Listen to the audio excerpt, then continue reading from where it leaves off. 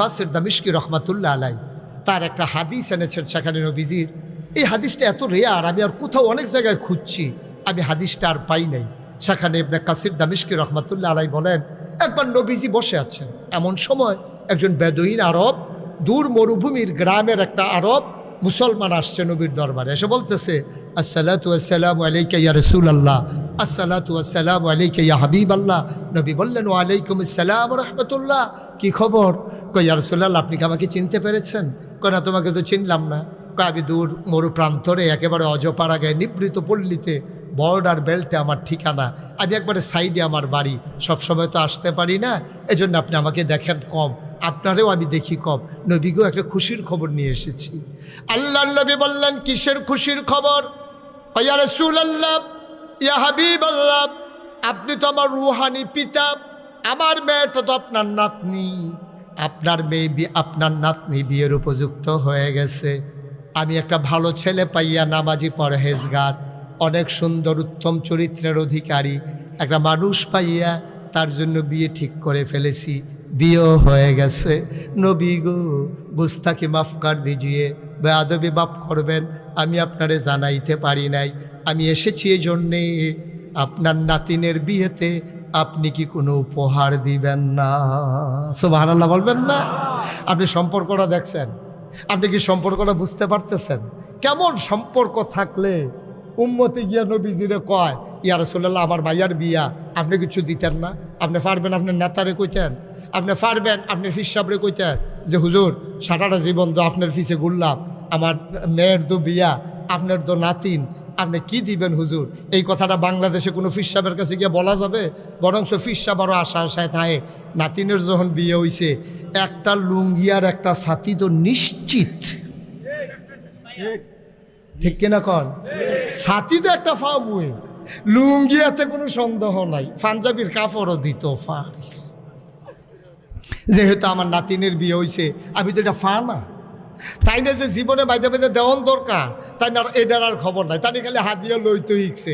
আবার মাসালা কয় হাদিয়া লন সুন্নত, হাদিয়া লন যে সুন্নত, এটার লগে লগে যে আছে হাদিয়া দেওয়ানও সুন্নত, এটা তাই বুঝলেই লিস, ঠিক কিনা কন?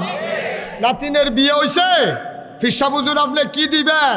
বাংলাদেশে এই কথাটা কইন না মুরিদ, আর এরকম কথা কোনের জায়গা ফিসা বড় অভাব আছে, ঠিক কিনা কন?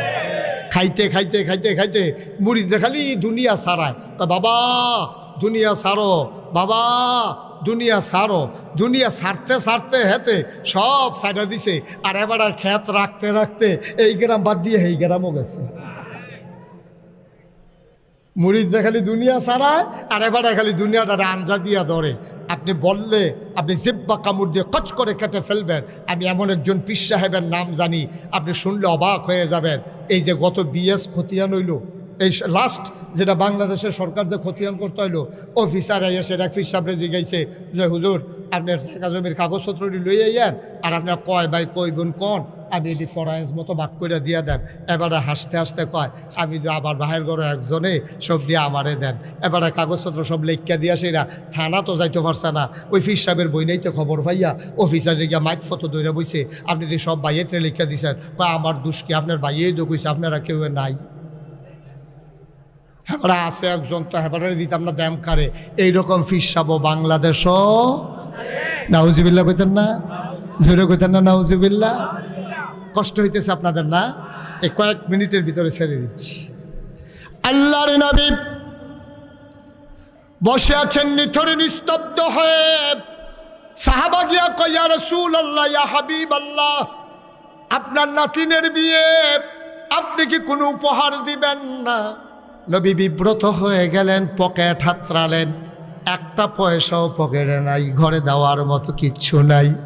নবী এত লজ্জা পাইলেন, চেহারাটা লাল হয়ে গেল, চোখের কোণায় পানি জমে গেল। নবী থেমে যাওয়ার মানুষ না। নবী বললেন, সাহাবা আমার, আগামীকালকে সকাল 11টার দিকে তুমি আইসো। যদি আমি দরজা বন্ধ করে আরাম ফরমাই, তোমার সাথে আমার গোপন সংকেত, তুমি দরজায় ধরে নাড়া দেবা, শিকল ধরে 3 বার নক করবা, আমি বুঝবো তুমি এসেছো, তোমাকে অনুমতি দেওয়া হলো, আমি এটাকে বেয়াদবি মনে করব না। এই কথা বলে চলে গেলেন সাহাবা। যাওয়ার পথে নবী বললেন, ছোট্ট একটা শিশি আনবা, একটা কাঠি আনবা। শিশি আর কাঠি নিয়ে সাহাবা আসলেন। পরের দিন নবী দরজা বন্ধ করে ঘুমিয়ে আছেন। আস্তে করে 3 বার নাড়া দিলেন, সালাম দিলেন, আসসালাতু আসসালামু আলাইকা ইয়া রাসূলুল্লাহ, আসসালাতু আসসালামু আলাইকা ইয়া হাবিবাল্লাহ। দরজা খুলে দিলেন নবীজি। আহলান সাহলান মারহাবা, মোস্ট ওয়েলকাম, আমার ঘরে তোমারে স্বাগতম। সাহাবা ভেতরে ঢুকলেন। নবীজি বললেন, শিশি আনছো নাকি? কই জি ইয়া রাসূলুল্লাহ, শিশি এনেছি। এবার সাহাবা কয়, নবী পাঞ্জাবির হাতাটা কোনই পর্যন্ত উঠালেন। 2 পাঞ্জাবির হাতা কোনই পর্যন্ত গুছাইয়া তিনি শক্ত করে এমনভাবে কচলাইতে শুরু করলেন। কচলাইতে কচলাইতে হাত 2টা গরম হয়ে গেল, পশমের গোড়ায় গোড়ায় ঘাম জমে গেল। আল্লাহর নবী বললেন, শিশি এনেছো নাকি? কয় হ্যাঁ ইয়া রাসূলুল্লাহ এনেছি। এবার নবী হাতটা বাঁকা করলেন, বললেন, কনুর কাছে শিশিটা ধরো। শিশিটা ধরা হলো। জমা ঘামগুলো ফোঁটা ফোঁটা করে শিশির ভিতরে পড়তেছে। 2 হাতের ঘাম। এবার 2 হাত অর্ধেক করে শিশিটা ভরে গেল। আল্লাহর নবী মুখটা বন্ধ করে কাঠিটা হাতে দিয়া ডাক দেয়া কয়, সাহাবারে, ও সাহাবা, গরিব নবী তোমার, ইচ্ছে করলেই একটা দাবি উপহার দিতে পারলাম না। একবেলা খাইলে আরেক বেলায় চুলায় আগুন জ্বলে না। না পারলাম দিতে কানের দুল, না পারলে দিতাম একটা নাকের ফুল। কোটি শুকরিয়া জ্ঞাপন করছে, জেনে আমাদেরকে ঐতিহ্যবাহী